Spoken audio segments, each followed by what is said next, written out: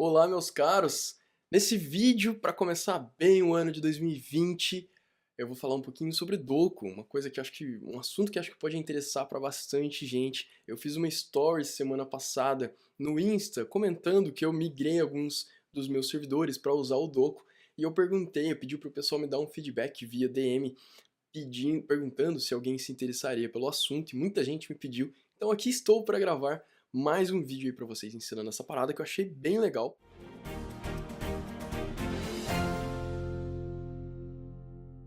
O que é esse tal de Doku, né? Deixa eu abrir o site aqui. Doku... esse cara aqui. Na verdade, esse aqui é o GitHub, deve ter o link aqui, exatamente, doku.viewdocs.io, tá? O Doku, como o próprio nome já sugere, que lembra um pouco o Heroku, é uma versão open source do Heroku. E sim, existem várias implementações, várias soluções diferentes para esse tipo de problema. O Doku, especificamente, promete ser the smallest, ou seja, a menor implementação PaaS que você já viu, né? PaaS significa Platform as a Service. A gente tem Infrastructure as a Service, que seria tipo a AWS, a DigitalOcean. PaaS seria tipo o Heroku, a Amazon tem um também.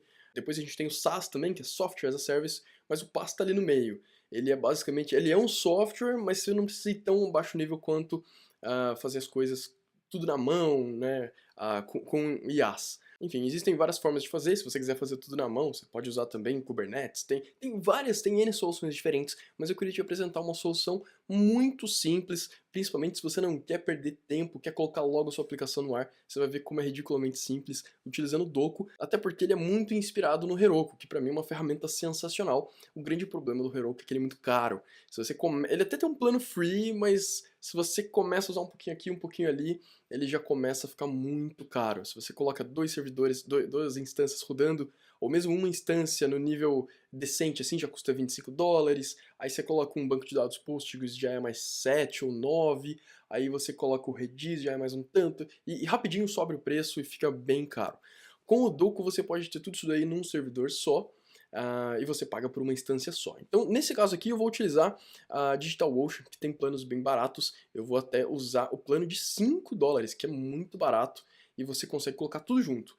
Postgres, Redis, tudo em containers. O Doku, por baixo dos panos, ele utiliza Docker, o que é muito legal. Então, você consegue ter controle de tudo também. Você consegue entrar no container se você precisar, você consegue usar os próprios comandos do Docker, apesar de não ser necessário, porque o Doku abstrai tudo isso aí pra gente. Então, beleza, chega de falar, vamos botar a mão na massa, vamos ver como é que faz essa parada. Eu vou aqui selecionar o Ubuntu, tá? A versão mais atual do LTS. Vou colocar no plano mais barato, como eu falei. Vou selecionar a região que está mais perto aqui de mim. E é isso, basicamente. Eu vou renomear, na verdade, o hostname aqui para... Deixa eu ver. Server do Screencast. Pode ser qualquer coisa aqui, na verdade. E criar droplet. Na verdade, não pode ser qualquer coisa, né? Você coloca o nome aí da sua aplicação. Eu acho muito legal esse tipo de uso do Doku. Eu acho que faz muito sentido quando é um projeto paralelo seu, por exemplo. Se for um projeto comercial ou um projeto da empresa que você trabalha, alguma coisa do tipo, talvez faça mais sentido pagar o Heroku, porque realmente é incrível o serviço dos caras, é mais rápido e eles vão manter para você e tudo mais. Então vamos lá, eu vou copiar o IP aqui, vou abrir o meu terminal e vou acessar esse servidor. Vou dar permissão, e aí a gente instala o Doku. Vamos lá na documentação. Na verdade ali mesmo já tinha, né? Tem algumas formas diferentes de instalar.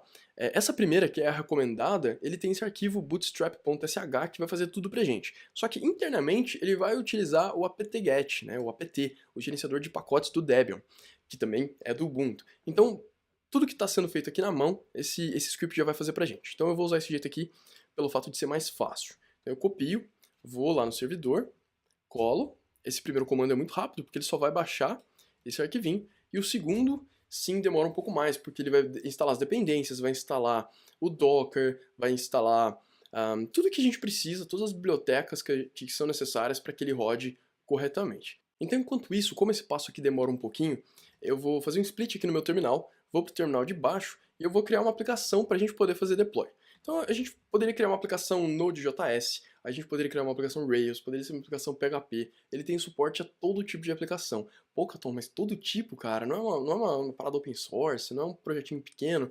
Na verdade, até é uma implementação relativamente simples, mas tem uma sacada que eu achei genial. Eles usam os build packs do próprio Heroku. Como são open source, não tem problema. Obrigado, Heroku, por ter disponibilizado eles como open source. Então a gente pode utilizar todos os build packs e assim a gente consegue ter aplicações rodando com PHP, Java, Python, Ruby, Node.js, basicamente qualquer coisa, provavelmente qualquer linguagem ou framework ou ambiente comercial que você conheça vai rodar no Doku, assim como rodaria também no Heroku. Então beleza, vamos criar uma aplicação aqui, vamos criar alguma coisa relacionada com uma livraria, por exemplo, com livros, sei lá. Vou chamar aqui de Bookathon, tá? Sei lá, tipo, misturar book com Katon. E eu vou especificar o banco de dados aqui para ser o Postgres. Inclusive, dá uma olhada aqui em cima, ó, ele está baixando uma imagem do Docker, esse Herokurish, né, que é tipo alguma coisa que simula algumas paradas do Heroku. Mas enfim, só um comentário em paralelo. Vamos criar nossa aplicação aqui então, e eu vou fazer deploy dessa aplicação no domínio bucaton.lucascaton.com.br, tá? Eu vou usar um subdomínio de um domínio que eu já tenho. Inclusive eu estou aqui com o meu gerenciador de DNS, né? Eu utilizo o Cloudflare, pode ser que você utilize outro. Então eu vou criar um registro aqui para ele já ir propagando o DNS, porque às vezes demora um tempinho. Então para a gente não perder muito tempo, eu já vou criar aqui. Eu vou copiar o IP e colar aqui e vou utilizar o nome Bucaton. Ponto, na verdade não precisa de ponto, do tipo A, Bucaton, o IP tá aqui. Eu não posso deixar o Cloudflare fazendo proxy pra gente, justamente porque a gente precisa colocar, porque eu vou querer colocar SSL, ou seja, eu vou utilizar um plugin do Let's Encrypt pra gente criar um certificado SSL e ter URLs com HTTPS. Opa, aqui é o Katon e durante a edição desse vídeo eu notei que eu não expliquei direito essa parada do Cloudflare. A gente não pode deixar o proxy, essa opção, né, de fazer proxy, marcada, porque se a gente fizer isso, o Cloudflare vai ficar redirecionando todo o request HTTP para o protocolo HTTPS automaticamente. Eu fiz essa configuração no meu Cloudflare. Então eu tenho que desabilitar isso daqui para ele poder aceitar requisições HTTP para o Let's Encrypt usar essa requisição com as magias dele lá para poder verificar se a gente realmente é dono desse domínio ou subdomínio, e aí sim ele emitir um certificado válido pra gente. É por isso que você não pode marcar essa opção. Se a sua configuração for diferente disso, então não vai ter problema. Então, salvei aqui, e aí a gente vai ter, agora ele já começou a propagar, né? E a gente vai ter a URL HTTPS, né? Que é a URL segura, bucaton.lucascaton.br, beleza? Daqui a pouquinho a gente testa se já propagou. Deixa eu voltar aqui, olha, ele ainda está instalando lá em cima e a minha aplicação Rails está pronta. Então deixa eu acessar aqui, beleza, eu vou abrir o VS Code com a nossa aplicação. Deixa eu voltar aqui no terminal. Ó, acabou a instalação aqui em cima, hein? Tá pronto já. Demorou, acho que 5 minutos, nem isso. Então vamos lá, eu vou rodar aqui Rails G Scaffold para a gente criar um recurso novo, né? Então eu vou criar um livro que vai ter título, description, que é a descrição, e autor. Description vai ser do tipo texto, e o resto que eu não especifiquei vai ser do tipo string. Então eu rodo esse comando e ele vai criar para a gente a migration, os arquivos e tudo mais.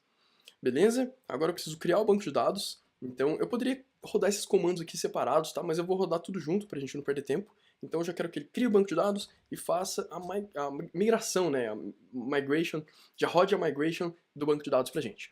Beleza? Então olha só, ele criou o banco de desenvolvimento, o banco de teste e rodou as migrations. Beleza. Não vou mudar muito na aplicação, eu quero uma aplicação praticamente vazia, só quero fazer deploy, tá? Então eu vou aqui nas rotas e vou colocar uma rota inicial que vai ser books index. E que mais? Sim, muito importante, não se esqueçam disso, senão sua aplicação não vai funcionar e o erro não é muito claro, então você vai ficar maluco tentando descobrir. Acredite em mim quando eu falo isso, porque aconteceu comigo. Você precisa criar um arquivo novo chamado procfile, que a gente sabe que a gente tem que fazer isso quando a gente está trabalhando no Heroku, e nesse procfile a gente coloca, até deixar uma colinha aqui, a gente precisa colocar essas coisas aqui. Quais vão ser os serviços que você quer rodar, tá? Então, aqui eu tenho web, né? Então, como que a gente vai rodar o nosso servidor web? Por padrão, ele já ia rodar com o Puma, mas eu quero especificar aqui também, porque eu preciso colocar essa linha. Um worker, se a gente for rodar o Sidekick, por exemplo, a gente colocaria essa linha. Eu vou deixar essa linha comentada, porque a gente não não vai ter o Sidekick rodando aqui, e o release é legal porque ele já roda as migrations automaticamente toda vez que a gente faz deploy. Então, basicamente, ele vai rodar essa primeira linha e essa segunda. Se você for utilizar um worker, vou até dar uma dica extra aqui. Se você for utilizar o worker, né, for usar o Sidekick, é legal você criar um arquivo chamado docoscale, desse jeito aqui, tudo em maiúsculo, doco_scale. E aqui dentro você coloca assim, web igual a 1 e o worker igual a 1. Isso aqui faz com que toda vez que você faça deploy, ele automaticamente suba uma instância web, que já é o padrão, e ele também vai subir essa instância de worker, né? E você poderia ter outras também, tá joia? Então, se você não fizer isso aqui, toda vez que você subir sua aplicação, você tem que manualmente ir lá e falar, olha, eu quero que o worker rode também, tá? E o worker vai rodar separadamente, num container separado, assim como ele iria no Heroku, beleza? Como a gente não tem, eu vou apagar esse arquivo e deixar comentado aquela linha. Já está comentado, na verdade. Então eu vou salvar, vou fazer um commit dessas alterações que eu fiz, tá? Não vou nem rodar a aplicação porque tá tão simples que eu tô confiante que ela vai funcionar. Não tem muito que ter dado errado aqui, né? Então vamos ver as alterações, beleza? Vou adicionar todos os arquivos e vou fazer um commit chamado first commit. Beleza? Não tá no GitHub, eu nem vou subir, não, poderia se você quisesse, mas eu não preciso rodar subir para o GitHub, porque a gente vai subir diretamente para o servidor da mesma forma que a gente faria no Heroku. E para isso seria algo assim, git push, se fosse o Heroku, né, seria só Heroku, é assim que a gente faz deploy lá, mas aqui a gente vai configurar como Doku, beleza? Mas antes de fazer isso, obviamente, a gente precisa configurar o Doku. Então, vamos para outra parte desse vídeo, que é configurar o Doku. Como o Doku já está instalado aqui, eu posso vir aqui na DigitalOcean, onde eu criei a minha instância, a minha VPS, e copiar aqui o IP, abrir numa aba nova do navegador, e ele abre essa telinha aqui pra gente. Então aqui a gente tem uma chave pública, uma chave SSH pública, a gente tem o hostname se a gente quisesse mudar, tem também algumas outras opções. Eu não vou mexer em nada disso, vou simplesmente clicar em Finish Setup. A gente precisa fazer esse passo, senão algumas coisas não funcionam. Acho que o Doku, nada no Doku deve funcionar, eu não testei, mas eu sei que precisa fazer. E depois ele redireciona para documentação e aí tá tudo certo, pode fechar. Esse é um passo único, você não precisa repetir esse passo depois. Voltando aqui, o primeiro passo é rodar o comando doku apps, create e o nome da aplicação, Bukaton, tá? Todo comando doku segue mais ou menos esse padrão. Começa com doku, você fala mais ou menos o que você vai fazer, qual recurso que você vai utilizar, e aí se você vai criar, renomear, deletar, mover, etc., a ação que você vai fazer, e mais o nome da aplicação que você quer aplicar esse comando, tá? Então, você vai ver que esse padrão se repete bastante. Aqui foi rapidinho, já criou a aplicação. Se a gente quiser ver a lista de todas as aplicações que a gente tem rodando, na verdade, list, ele está até me corrigindo aqui, ó, isso aqui está deprecated.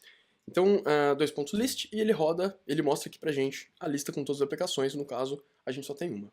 Dependendo do seu business aí, da sua intenção com esse servidor, você talvez não vai querer colocar mais de uma aplicação no mesmo servidor, mas se for só aplicações para brincar, só o seu playground mesmo, que é o meu caso, eu usei esse servidor justamente para colocar um monte de coisa que se cair, se parar de funcionar, eu não me importo, é tudo para teste, é tudo meio que para brincadeira, para eu testar tecnologias novas, então eu coloquei várias coisas juntas e tem funcionado bem, mas se for uma aplicação real, uma aplicação que vai rodar em produção, que você vai ter cliente acessando, talvez seja uma boa prática colocar cada uma no seu escopo, cada uma no seu servidor separado. Então beleza, temos a nossa aplicação, vamos partir para o banco de dados. Deixa eu limpar minha tela aqui. E olha só, tem um plugin oficial do Doku para o Postgres. Então deixa eu rodar esse comando aqui, porque ele demora para instalar enquanto eu explico. Então aqui tem esse plugin install, né? É basicamente aquele padrão que eu falei.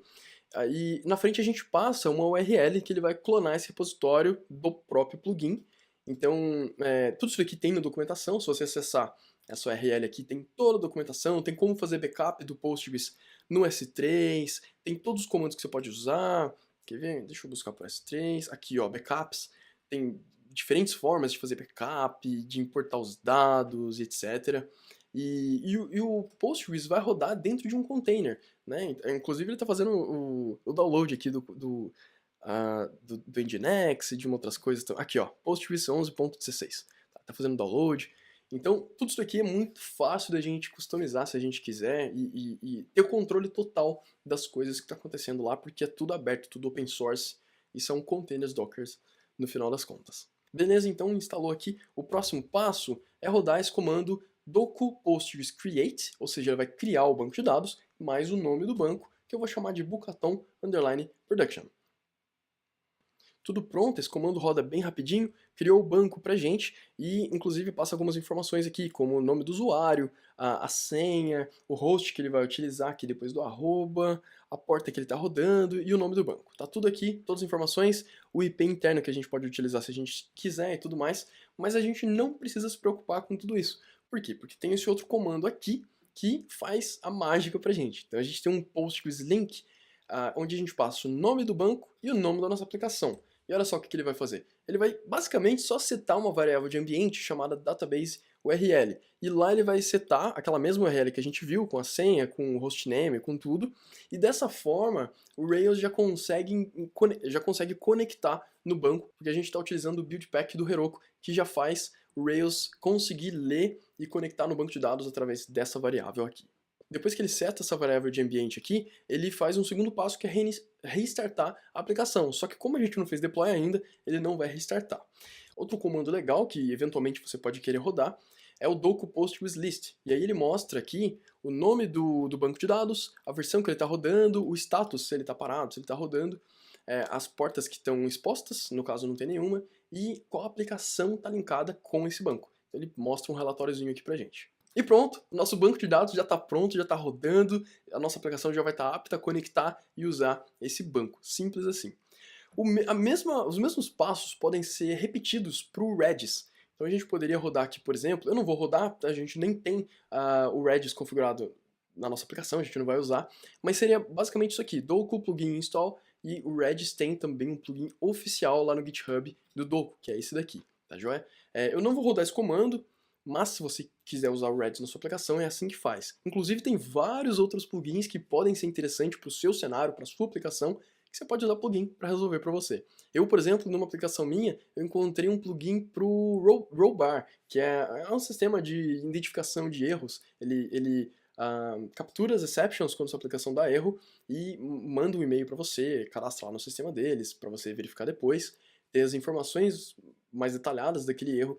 E esse plugin, o que ele faz é, quando eu faço um deploy, ele avisa o Rollbar para ter um histórico de deploys, para ter todos os detalhes lá.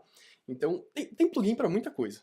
E é open source, então você pode também criar o seu próprio plugin para funcionar. Tem uma documentação de como criar plugins. É bem completo o ecossistema do Doku. Bom, já que eu estava falando de variáveis de ambiente, a gente precisa configurar uma variável importante que tem lá que tem a ver com a nossa aplicação, que é a nossa chave para descriptografar as nossas credentials, né? Então o Rails tem esse arquivo config/master.key, que ele não fica no Git, no repositório Git, né? Na verdade ele está no git ignore, está sendo ignorado. Por quê? Porque é como se fosse uma senha. Então a gente precisa colocar isso aqui em uma variável de ambiente no nosso servidor, no nosso container, para a gente poder descriptografar o arquivo que vai ter as outras credenciais. Se você não estiver utilizando as credentials do Rails, você não precisa se preocupar com isso, obviamente, mas as credentials existem desde o Rails 5.0, 5.1, faz um tempo já, então imagino que muitas aplicações usem, beleza? Então eu vou ensinar aqui como que a gente configura uma variável de instância. Simplesmente a gente roda esse comando docu config 2.7, sim, é a mesma sintaxe do Heroku, vocês vão notar que vários comandos são exatamente o mesmo, você só troca o nome Heroku por doku, e eu acho isso muito legal, porque é muito fácil, você não precisa ficar aprendendo comandos novos. E a variável de ambiente que a gente precisa criar chama Rails Master Key. Isso aqui é uma definição do Rails, é uma convenção do Rails, que se você definir essa variável, ele vai conseguir descriptografar o arquivo de credenciais que está criptografado, e esse sim está no repositório. Então a gente precisa dessa senha para abrir aquele arquivo para ele usar as credenciais. Então eu vou rodar esse comando, ele geralmente restarta a aplicação depois de rodar esse comando, mas nesse caso ele não vai fazer porque a gente ainda não fez deploy. Tá? Se a gente quisesse também listar todas as variáveis de instância, variáveis de ambiente, não tem nada a ver com variável de instância, basta que a gente rode docu config, sem mais nada depois. Vou até copiar essa parte aqui, vou colar docu config. Aí hoje a gente passa traço global ou especifica o nome do app. Então vamos especificar aqui Bucaton, tá? E ele vai mostrar pra gente as duas variáveis que a gente tem aqui. Beleza? Deixa eu deixar o split da minha tela grande, limpar tudo aqui, porque o próximo passo é adicionar os build packs do Heroku. Lembra que eu falei que a gente ia adicionar os build packs open source do Heroku? Então aqui, ó, github.com/Heroku, você pode usar qualquer um que você quiser. Para aplicações Rails, a gente usa o Heroku-buildpack-Ruby e o Heroku-buildpack-Node.js. Sim, o Ruby precisa do Node.js para rodar, porque ele utiliza o Webpack, utiliza várias coisas do mundo de JavaScript, o Yarn também e tudo mais, então a gente precisa desses dois build packs. Se a gente quisesse listar todos os build packs configurados, basta rodar esse comando aqui, buildpacks:list, Bucaton, e ele mostra todos pra gente. Um outro build pack bem interessante, que pode ser interessante se você estiver usando Rails, é esse aqui, Heroku-buildpack-ActiveStorage-preview. É um outro build pack oficial do Heroku, que justamente traz os binários para você fazer preview de arquivos do Active Storage. Active Storage é aquele framework para fazer upload de arquivos. Então, se você faz upload de um PDF, por exemplo, ele já conseguiria fazer um preview em um PNG pequenininho, de um tamanho que você definir. Ele já conseguiria fazer preview de vídeo. Ele faz uma série de coisas pra gente. Então, esse build pack aqui pode ser interessante nesse caso. Como ele demora para instalar e a gente nem tem nessa aplicação de exemplo, eu não vou instalar, vou deixar ele de fora, vou usar só esses dois mais básicos. Para finalizar, a gente precisa relacionar a nossa aplicação com um domínio, como que a gente quer que a nossa aplicação seja acessada. E aí é muito fácil, domains:add. Como você pode ver, os nomes são muito bons, essa interface da CLI do Docker é muito intuitiva. Domains:add, o nome da aplicação, e o segundo parâmetro é o próprio domínio. Então, vou usar aqui bucaton.lucascaton.com.br e show de bola. Antes da gente configurar o HTTPS, né, o certificado SSL, a gente precisa rodar a aplicação, porque a gente vai utilizar um plugin do Let's Encrypt e ele precisa rodar a aplicação, configurar umas paradas no Nginx, para que aí sim ele faça a magia dele lá, verifique que a gente tem mesmo, que a gente é realmente dono desse subdomínio ou domínio, e aí ele configure, que ele crie um certificado para a gente. Então, antes de prosseguir, deixa eu testar se o DNS lá propagou.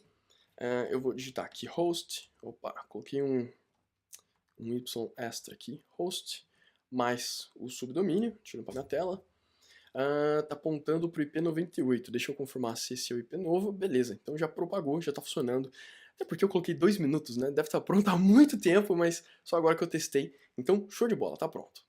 Bom, deixa eu voltar aqui para o lado da minha aplicação agora, eu preciso, lembra que eu falei que ia rodar um comando mais ou menos desse tipo, mais ou menos então? Exatamente desse jeito aqui, git push doku, eu preciso configurar o que é esse doku, né? Geralmente a gente especifica como origin sendo o GitHub, mas esse doku não existe, nem o origin na verdade existe. Então como é que a gente faz isso? Muito simples, tem esse comando aqui git remote add doku, que vai ser o nome que a gente quer, e o usuário do nosso servidor mais o IP, o nome da aplicação. Se você passar exatamente do jeito que está aqui, e eu não estou inventando esses comandos, tá tudo na documentação, você pode ir lá, tem passo a passo. O que eu estou fazendo aqui é só um vídeo, basicamente, simplificando a documentação com algumas dicas extras de coisas que eu aprendi depois de uns dias, depois de algumas semanas usando o Doco. Mas é basicamente tudo copiado da documentação. Tá tudo lá, tudo na documentação oficial. Que é esse site, justamente, esse site que eu estava mostrando, beleza? Então vamos lá, vou rodar esse comando, beleza? Já funcionou, já está configurado. Agora basta que a gente rode git push doku. E aí ele vai fazer o deploy pra gente, o nosso primeiro deploy. Então isso aqui vai demorar um pouco, principalmente no primeiro deploy demora um pouquinho mais, porque ele vai configurar Ruby, Node.js, vai instalar um monte de gems, um monte de coisa. As próximas vezes demoram um pouco menos, mas eu ainda acho que é um pouco mais lento que o Heroku, talvez porque o Heroku consiga gerenciar um esquema de cache melhor, não sei exatamente porquê, mas o Heroku é bem mais eficiente. Eu diria até que deve ser umas 2 vezes mais rápido. Mas se custa 5 vezes menos, a gente consegue esperar 2 vezes mais. Não chega a ser um problema, pelo menos para mim não. Se for um caso para você, talvez o Heroku seja mais indicado. Então enquanto ele está instalando tudo aqui, eu vou acelerar o vídeo para a gente não perder tempo, eu vou ali buscar uma aguinha e já volto. Opa, tô de volta aqui. Eu acabei de lembrar que enquanto está instalando, instalando não, enquanto está fazendo deploy, instalando também, né? Enquanto está fazendo toda essa parada aqui no primeiro deploy, eu posso ir adiantando uma coisa. Então deixa eu voltar aqui no servidor, né, que é a meu split de cima aqui do terminal, e a gente pode começar a adicionar o plugin do Let's Encrypt para a gente poder ter SSL enfim, uma URL com HTTPS. Então eu vou mandar ele instalar esse servidor aqui, desculpa, esse plugin aqui, tá? Não deve ser muito grande, eu imagino que ele vai instalar bem rápido. Ó, já instalou, na verdade, já copiou, tá ativando. Não, agora que ele tá baixando. Beleza, ele terminou de instalar aqui, deu certo a instalação, porém, deu errado o nosso deploy. Vamos dar uma olhada por que deu errado. Nossa, que engraçado, eu fiz uma aplicação de teste antes de gravar esse vídeo, funcionou perfeitamente. Mas, vocês sabem, né, mundo de programação é assim, você faz uma coisa, funciona, faz de novo, às vezes não funciona. Parece que falhou para construir, ou seja, para buildar uma gem com extensão nativa. Nossa. Opa, Caton aqui de novo durante a edição para fazer mais um adendo. Quando eu estava gravando, eu não notei que apareceu essa mensagem Cannot Allocate Memory, ou seja, não dá para alocar mais memória, ou seja, acabou a memória RAM. Esse servidor mais simples aqui tinha 1 GB de memória, que até é bastante, porém ele devia estar fazendo alguns processos mais pesados nesse ponto, por isso que ele não conseguiu. A solução aqui seria ou pegar um servidor mais parrudo, com mais memória RAM, ou ainda configurar um swap. Nesses casos onde ele não consegue alocar memória suficiente, ele começa a usar o disco para não travar, não dar pau no processo. Eu vou tentar fazer mais um deploy e vou acelerar o vídeo para a gente ver o que acontece no final.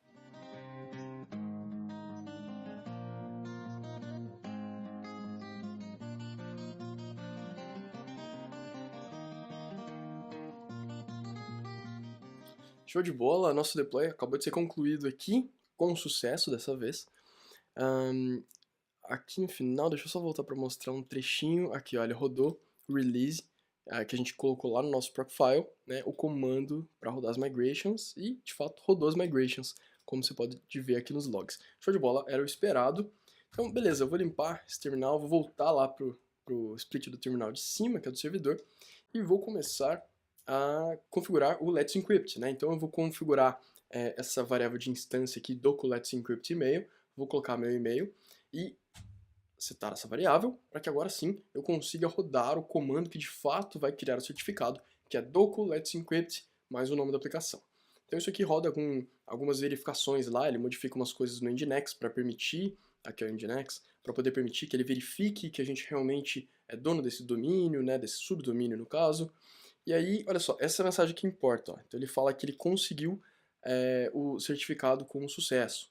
Então beleza, ele já faz as mudanças necessárias, já coloca já configura o Nginx, né, o arquivo de configuração do Nginx para apontar para o arquivo de configuração, o arquivo do certificado. Ele faz tudo pra gente, basicamente, e acabou aqui e tá pronto. A gente já tem SSL. É bem mágico a parada mesmo.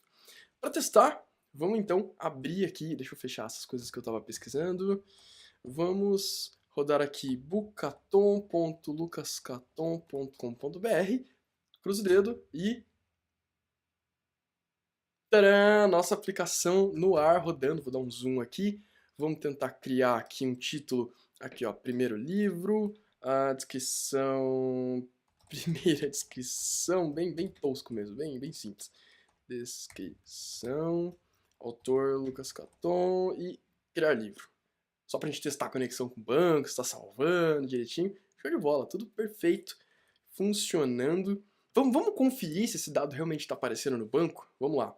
É legal que eu até posso te ensinar 2 comandos de uma vez. Um é como acessar o Rails Console em produção, muito simples. A gente pode usar docu run, o nome da aplicação, e o que você quer rodar dentro do container. Esse run significa tudo que eu digitar daqui para frente, passa o comando lá para dentro desse container aqui, no caso da nossa aplicação, né, do nosso Bucaton.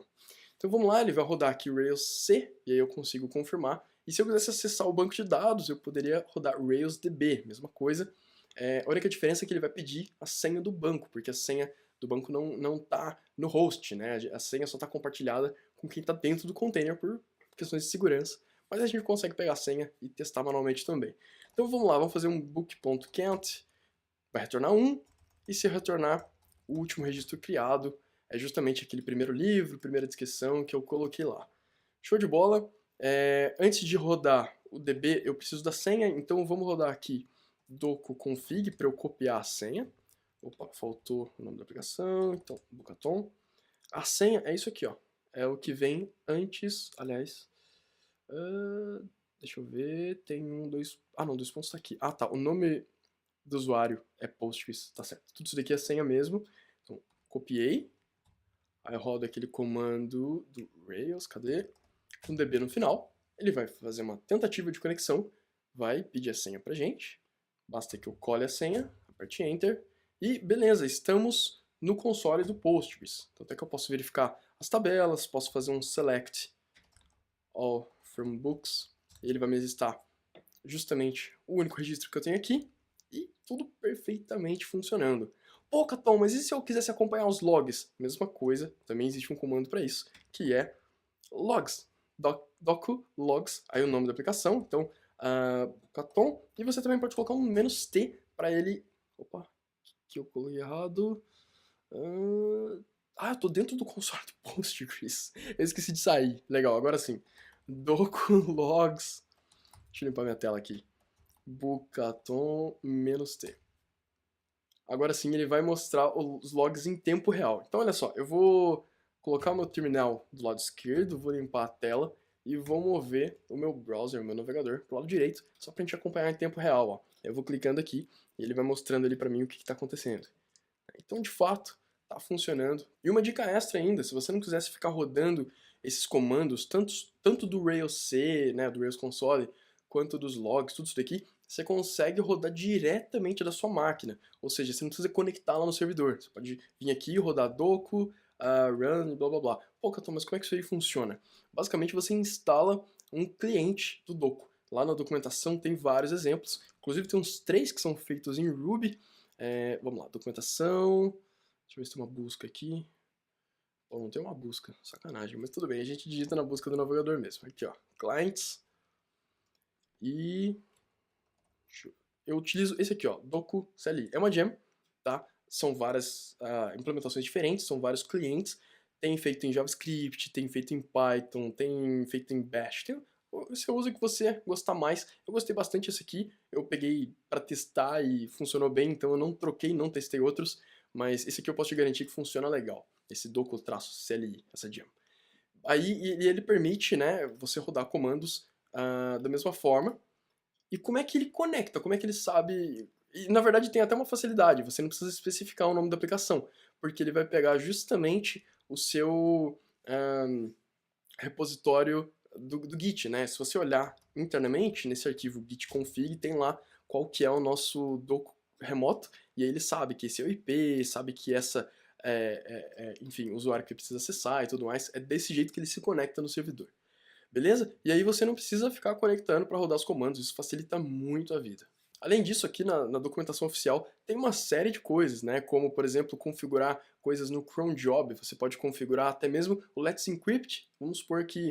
vamos supor não, provavelmente você vai querer fazer isso, né? Você vai querer que ele renove o certificado a cada 2, 3 meses. Eu não sei exatamente quanto tempo ele dura. Vamos dar uma olhada aqui.